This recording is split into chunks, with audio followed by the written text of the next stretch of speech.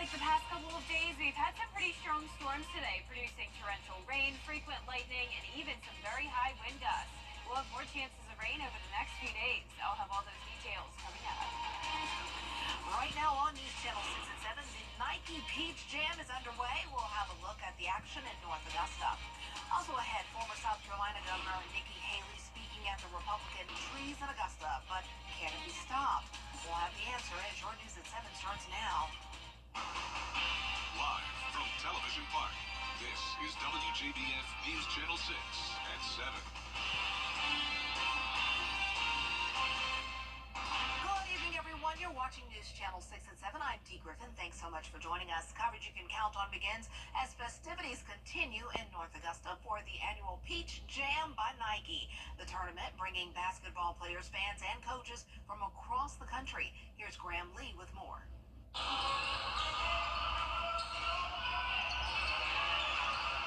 The big names on and off the court Wednesday, and fans coming from around the country say it makes it worth the trip.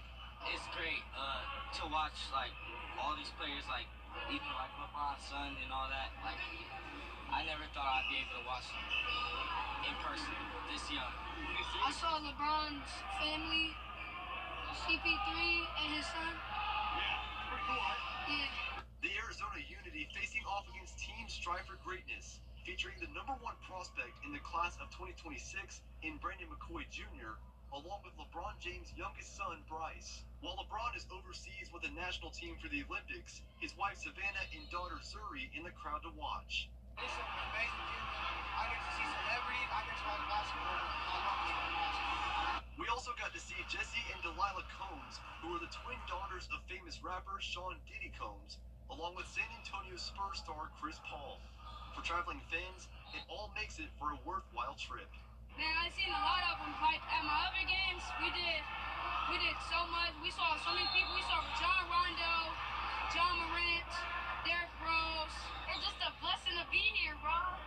It's just watching all the players grow up to be a NBA superstar, probably Hall of Fame. It's just fun to watch them play.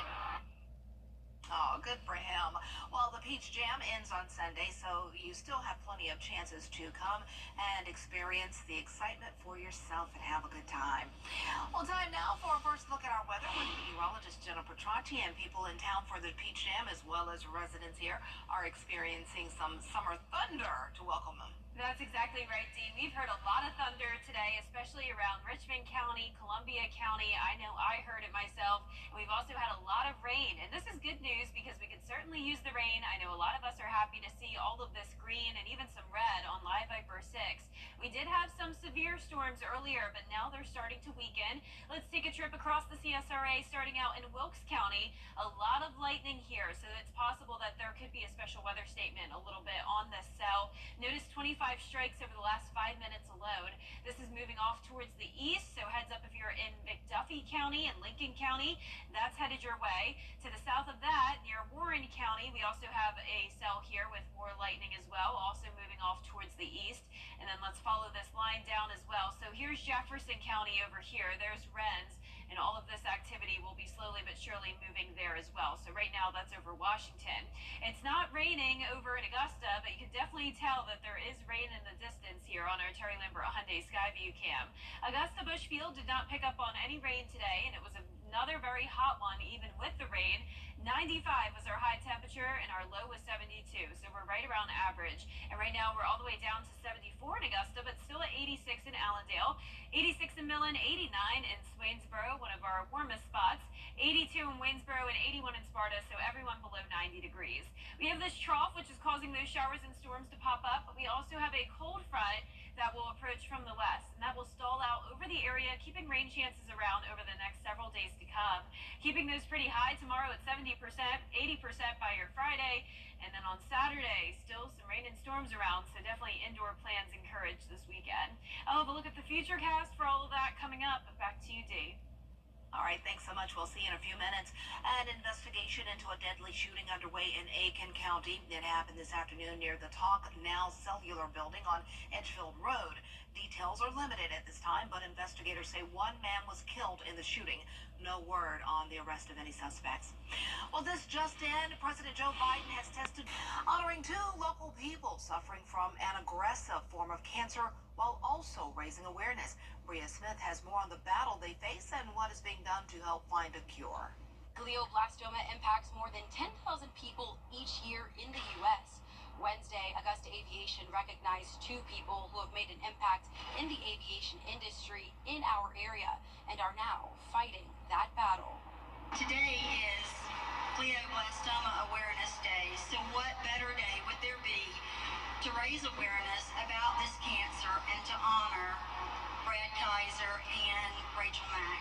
The two individuals who have helped to grow and strengthen the aviation industry in Augusta. I thought I was going to be in Augusta for maybe 2 or 3 years, and then now it's 9 years later. And if I could, I would stay around. A sentiment the Augusta Mayor's Office shares as Mack was honored Wednesday with a resolution for her dedication and hard work as the Daniel-Field attorney. Now Mack is spreading awareness about the cancer, sharing the importance of identifying abnormal symptoms. I started having migraines daily and sometimes multiple times a day. They called me on May 21st at 9:37 a.m. and they informed me that they believed it was glioblastoma in my brainstem. A type of cancer mostly seen in individuals ages 55 and older, according to the National Library of Medicine. One Brad Kaiser is familiar with. He says events like this are important. And I never knew anything about what I have. So about 10 months ago. Kaiser was recognized with a silver ribbon decal on his former Piper J3 Cub plane he sold back to Augusta Aviation after his diagnosis. Well, I gave him a big discount, but I sort of give it back to kids in our community who can have a chance to fly. To learn more about glioblastoma, the Georgia Cancer Center, or Augusta Aviation, visit WJBF.com. In Augusta, Bria Smith, WJBF, News Channel 6. Leaders in Aiken County are focusing on the national opioid crisis. Aiken County Council confirming at last night's meeting that Chairman Gary Bunker can now opt in to the Carolina and Kroger national opioid litigation. It's a $19.1 million settlement going to cities and counties across South Carolina. Most of the revenue that we have received from the settlements goes to the Aiken Center for Drug and Alcohol Rehabilitation. A lot of that funding has been translated into the drug prevention program at the Aiken County Detention Center. The resolution means the county has now opted in before the deadline, which is August 12th. Local Republicans and Democrats are reacting to Watching storms on Live by First 6, we have some torrential rain and frequent lightning, and some of these storms are capable of producing gusty winds as well. There is a special weather statement in effect now for several counties that goes until 8 o'clock. More details on that right after the break. Can you really count? Now, your most accurate forecast with WJBF Live Viper 6. Welcome back. Let's check out radar again as we're still watching some strong storms. So we had the severe thunderstorms earlier, and now we're left with just some special weather statements. So that's not severe level, but it is still showing that there is possibly 40-mile-per-hour winds, also the torrential rain, and the frequent cloud-to-ground lightning. So it's this area that we're watching from Wilkes County down to Jefferson County, and we have special weather statements in effect for several counties, including McCormick, Lincoln, parts of Warren County, McDuffie, Richmond, Columbia, all the way down into Burke County as well. So this is the line that we're watching. It's all moving off towards the east. So this is an advance notice if you are in parts of Columbia and Richmond County. This line is moving your way, and this lasts until 8 o'clock tonight. And then after that, the storms may weaken as they pass over the river into South Carolina. Here's a closer look at Warren County. There's Warrenton, a lot of frequent lightning all around the town. Then to the south of it, we also have this line of storms crossing the border of Washington into Jefferson County. There's Rennes and there's Louisville. So all of this activity will be moving right in between Rennes and Louisville. And then also down into Allendale County, these storms aren't as strong, but we still have some rain and a little bit of lightning there as well. Now let's take a look at the storm damage report so far. We have trees down over at Mistletoe State Park, and that's actually the same spot that also had damage a couple days ago. And notice this icon here. That represents a 68-mile-per-hour wind gust that happened at Augusta Busch Field earlier today. So very, very strong winds today, and that also led to some power outages. We have those across Richmond, Burke, and even Taliaferro County. It's not raining in the metro yet, but you can see that it is very stormy out in the distance here on our Terry Lambert Hyundai Skyview Cam. 74 right now, so not as warm because we had the rain to cool us down, but we are still seeing some upper 80s here and there, so a big variety of temperatures. We have a trough all across the two-state, and we also have a front that's approaching from the west. That'll stall out over the next several days, keeping plenty of moisture around and leading to the chance of rain and storms over the next several days to come. Starting tomorrow morning, we'll start it in the mid-70s, climb into the low 90s in the afternoon. So we're going to see more so low 90s over the next 7 days, even into next week, actually a little bit below average. So tonight at 8 o'clock, we'll see more rain moving through, and then it starts to fade away as we go into around 11 o'clock to midnight. It'll be dry for the start of your Thursday, and then in the afternoon, storms begin to fire up. So it's very similar to what we've had over the past few days. A few pop-up storms in the afternoon, and then it becomes more widespread in the evening. Once again, it will dry out after around midnight, so Friday morning will be dry, and then same thing again. It's just a rinse and repeat setup. Afternoon storms that could become strong to severe. So definitely prepare for the potential of the heavy rain, frequent lightning, and some gusty winds. There's also the threat of some flash flooding around the entire CSRA for your Thursday, so we'll be watching that closely. Lows tonight in the low 70s, and our highs tomorrow will be in the low to mid 90s. And your 10-day forecast showing low 90s for the most part all the way into next week as well. Highest rain chances will be Thursday and Friday, and still a 60% chance of rain over the weekend. And next week, still some rain chances as well. Now back to you, Dee. All right, thanks so much. Well, still ahead, 2 astronauts are at the International Space Station waiting to come back to Earth. We'll have the details when coverage you can count on continues. Hey, CSRA, Mike. Long live the lazy.